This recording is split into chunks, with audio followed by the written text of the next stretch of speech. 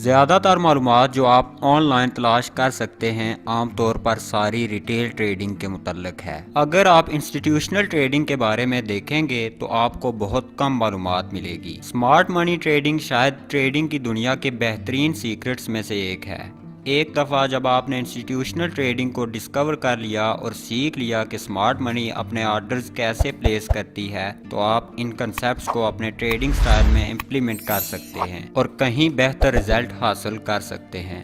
تو آج کی ویڈیو میں آپ کو کہیں اسمارٹ منی کنسیپٹس دکھانے جا رہا ہوں جن کو آپ کو ضرور فالو کرنا چاہیے اگر آپ ایک پروفیٹیبل ٹریڈر بننا چاہتے ہیں۔ اس سے پہلے اگر آپ نے ہمارے چینل کو سبسکرائب نہیں کیا تو کر دیں۔ ایسا کوئی انڈیکیٹر، روبوٹ یا مکینیکل ٹریڈنگ سسٹم نہیں ہے جو آپ کو پیسہ بنا کر دے گا اگر آپ نہیں جانتے کہ کیسے اور کیوں پرائس موو کرتی ہے۔ اگر آپ کے ڈیسیجنز کا انحصار انڈیکیٹرز پر ہے تو آپ حقیقت میں مارکیٹ کو ٹریڈ نہیں کر رہے، آپ بس چند میتھمیٹیکل فارمولوں میں نمبرز پلگ کر رہے ہیں۔ انڈیکیٹرز بالکل بھی فلیکسیبل نہیں ہیں، یہ صرف ایک ایکویشن ہے جو مارکیٹ کی کنڈیشنز دیکھے بغیر بار بار استعمال ہوتی رہتی ہے۔ سٹوکیسٹک، میک ڈی اور دوسرے بہت سے انڈیکیٹرز آپ کو لیگنگ انفارمیشن دکھا رہے ہوتے ہیں۔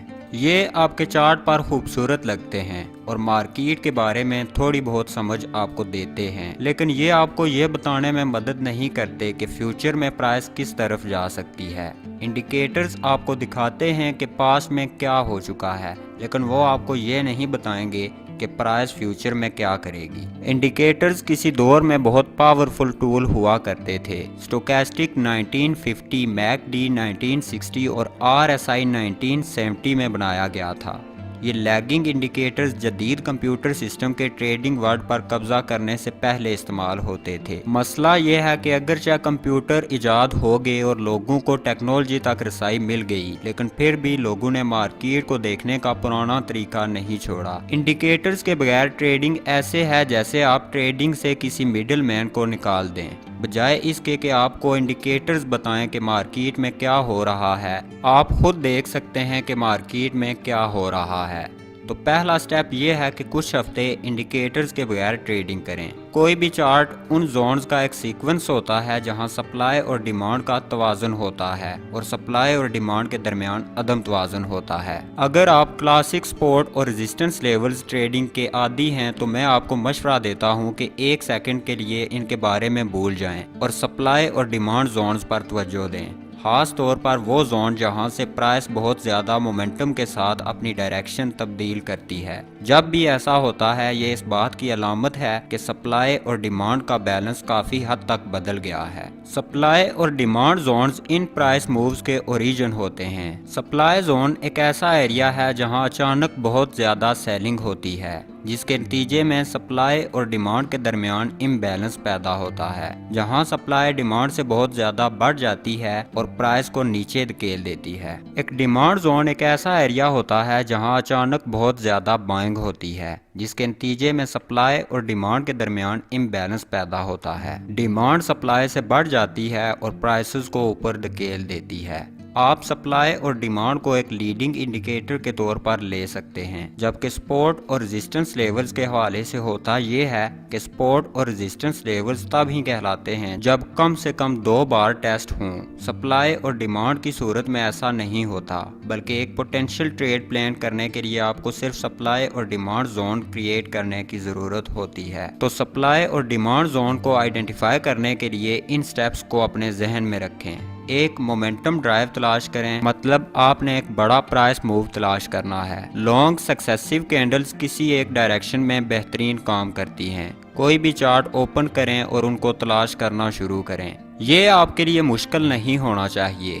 دونوں مومنٹم یعنی پرائس کتنی تیزی کے ساتھ موو کر رہی ہے اور ایبسولوٹ ڈسٹنس یعنی پرائس کسی بھی ڈائریکشن میں کتنی دور گئی، یہ دونوں چیزیں یہاں ریلیونٹ ہیں، کیونکہ بہترین پرائس مووز دونوں مومنٹم اور لارج ایبسولوٹ ڈسٹنس کو ظاہر کرتے ہیں۔ مومنٹم ڈرائیو تلاش کرنے کے لیے آپ نے بیس ڈیفائن کرنی ہے۔ بیس سے مراد وہ ایریا ہے جہاں سے پرائس ایک ڈائریکشن میں بہت تیزی کے ساتھ موو کر گئی۔ اکثر ایسا ہونے سے پہلے آپ تھوڑی بہت کنسولیڈیشن دیکھیں گے اور یہی وہ کنسولیڈیشن ہے جس کو آپ ڈھونڈ رہے ہیں۔ خاص طور پر ایک بلش موو سے پہلے آخری بیرش پرائس ایکشن کو اور ایک بیرش موو سے پہلے آخری بلش پرائس ایکشن کو ڈھونڈنے کی کوشش کریں۔ یہ وہ ایریا ہے جو نتیجے میں ہونے والے موو کا ذمہ دار ہے۔ سپلائی یا ڈیمانڈ زون کی بیس وہ جگہ ہے جہاں وہ آرڈرز پلیس کیے گئے تھے جو مارکیٹ کو اتنی تیزی کے ساتھ موو کرنے کی وجہ بنے۔ ایک دفعہ جب سپلائی اور ڈیمانڈ کے بنیادی اصولوں کو سمجھ لیا جائے تب والیوم کو سمجھنا اتنا مشکل نہیں رہتا۔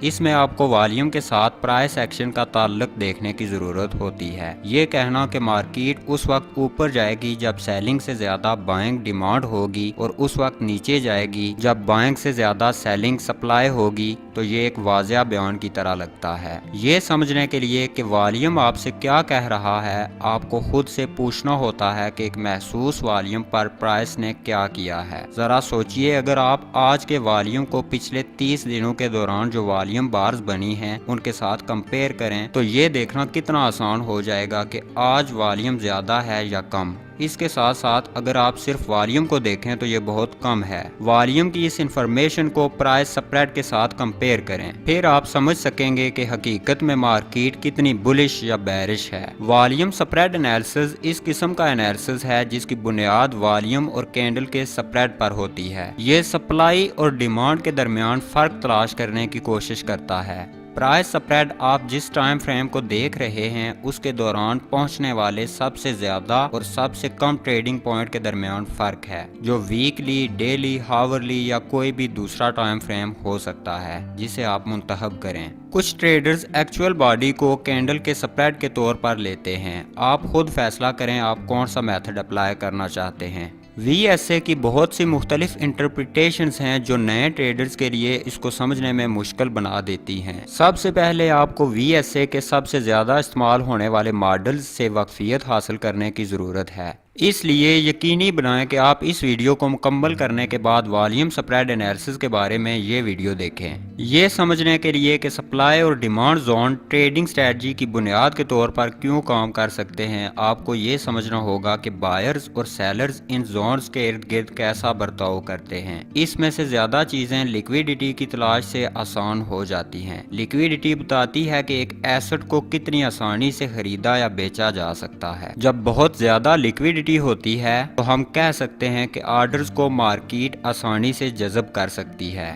اس کا مطلب ہے کہ بہت سے ٹریڈرز آپ کے آرڈر کی مخالف سائڈ لینے کے لیے تیار ہیں۔ جب لیکویڈیٹی کم ہوتی ہے تو آپ کے آرڈرز کا فل ہونا مشکل ہو جاتا ہے، کیونکہ اس وقت آپ کی ٹریڈ کی مخالف سائڈ لینے کے لیے اتنے ٹریڈرز نہیں ہوتے۔ اس لیے ہو سکتا ہے کہ آپ کا آرڈر آپ کی ایکسپیکٹڈ پرائس سے کافی بری پرائس پر فل ہو۔ یہی وجہ ہے کہ کچھ انسٹیٹیوشنل ٹریڈرز اپنے آرڈرز کے لیے اچھی پرائس حاصل کرنے کے لیے خاص طرح کی ٹیکنیکس کا استعمال کرتے ہیں۔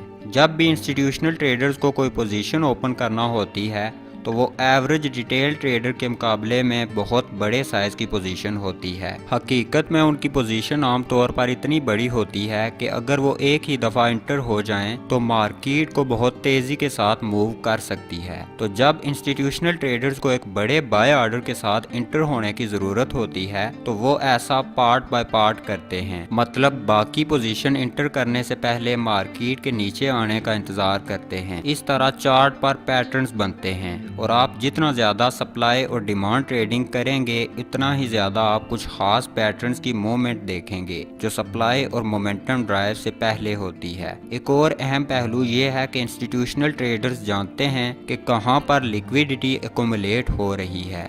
اس چارٹ کو ایک مثال کے طور پر لیتے ہیں۔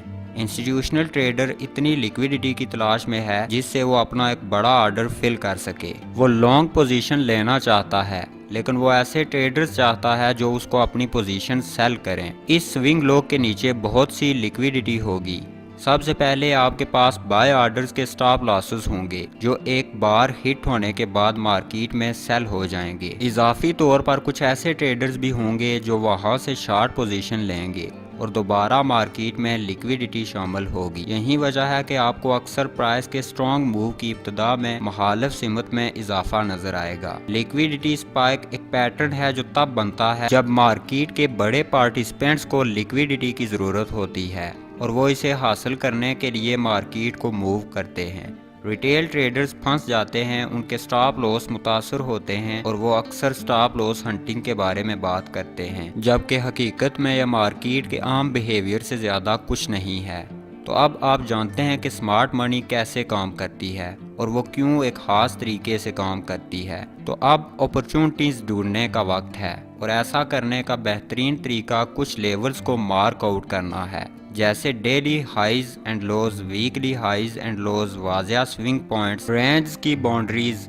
لیکویڈیٹی کے ان اہم ایریاز کو مارک آؤٹ کر کے اور ان ایریاز میں لیکویڈیٹی کے ٹریگر ہونے کے بعد کیا ہوتا ہے اس کا انالیسس کر کے آپ اس بات کو بہتر طور پر سمجھ سکیں گے کہ سمارٹ منی کیسے کام کرتی ہے۔ اس کے بعد آپ اس کنسیپٹ کے گرد ایک پوری اسٹریٹجی تیار کرنے کے لیے رولز بنا سکتے ہیں۔ بلا شبہ اگلا سٹیپ رولز کی جانچ کرنا اور ٹریڈنگ ایج کی کنفرمیشن کرنے کے لیے ڈیٹا تیار کرنا ہے۔ ایک بڑے پلیئر کی طرف سے لیکویڈیٹی کو ابزرو کرنے کا ایک بہترین طریقہ کینڈل کی کلوزنگ اور مووز کی وائلنس کو دیکھنا ہے۔ کیا رینج کی ہائیز کو توڑا جا رہا ہے لیکن پرائس تیزی سے اور جارحانہ طور پر واپس رینج میں پلٹ رہی ہے؟ اگر ایسا ہے تو پھر رینج سے اوپر کی بائی سائڈ لیکویڈیٹی کو ٹریگر اور سمارٹ منی کے ذریعے جذب کیا جا رہا ہے تاکہ شارٹ آرڈر کو فل کیا جا سکے۔ کنفرمیشن کا انتظار کرنا اکثر بہت اہم ہوتا ہے۔ اگر آپ نے ان کو جوائن کرنا ہے تو آپ نے کلیئر کرنا ہے کہ لیکویڈیٹی ٹریگر ہو چکی ہے اور پھر اس کو جذب کیا جا چکا ہے۔ سمارٹ منی آرڈرز فل کرنے، لیکویڈیٹی کریٹ کرنے اور اپنی لانگر ٹرم انویسٹمنٹ یا ٹریڈ کو ہیج کرنے کے لیے مارکیٹس میں انٹر ہوتی ہے۔ یہ اس طرح نہیں ہے جس طرح ہم ریٹیل ٹریڈرز ٹریڈ کرتے ہیں۔ یہ ریٹیل ٹریڈنگ اور انسٹیٹیوشنل ٹریڈنگ میں فرق ہے۔ ہم سمال ڈائریکشنل موو سے پرافٹ حاصل کرنے کی کوشش کرتے ہیں، تو پھر کس طرح بینکس کی طرح ٹریڈ کرنا شروع کی جائے؟ شروع اس طرح کریں کہ ہر موو کے لیے خود کو ذہنی طور پر تیار رکھیں اور ٹریڈنگ کو اس طرح ٹریٹ کریں جیسے آپ کوئی بہت بڑا بزنس چلا رہے ہیں۔ بینکس کو RSI نہیں بتاتا کہ ان کو کب انٹر ہونا ہے۔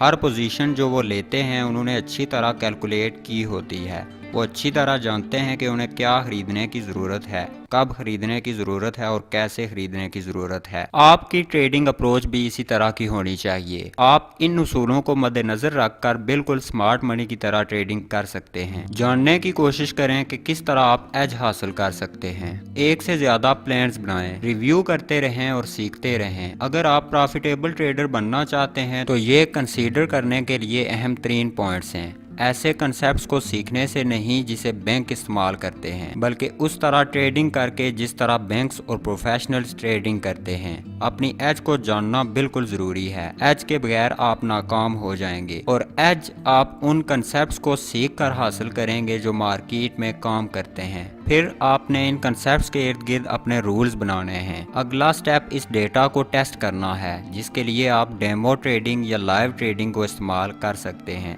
اپنے ایج کو ایفیکٹولی ایگزیکیوٹ کرنے کے قابل ہونے کے لیے اور بہتر بنانے کے لیے آپ کو ایک سے زائد پلانز کی ضرورت ہے۔ آپ کو ایک پری مارکیٹ پلان ایگزیکیوٹ کرنے کے لیے ایک پلان اور ایک پوسٹ مارکیٹ پلان کی ضرورت ہے۔ پری مارکیٹ پلان سے مراد ہے کس طرح آپ اپنے ایج کے ساتھ سیٹ اپس تلاش کریں گے۔ آپ کو کس طرح اور کب مارکیٹ کو انالائز کرنے کی ضرورت ہے۔ اس کو جس حد تک ممکن ہو سکے کلیئر کریں، اس سے آپ کی غلطیاں کم ہو جائیں گی۔ اس سے بھی اہم یہ ہے کہ آپ کے پاس ایک لکھا ہوا پلان ہو۔ اپنے سیشن کے بعد انالائز کریں۔ آپ لوزنگ ٹریڈز بھی لیں گے۔ زیادہ تر ٹریڈرز اگلی ٹریڈ پر چلے جاتے ہیں۔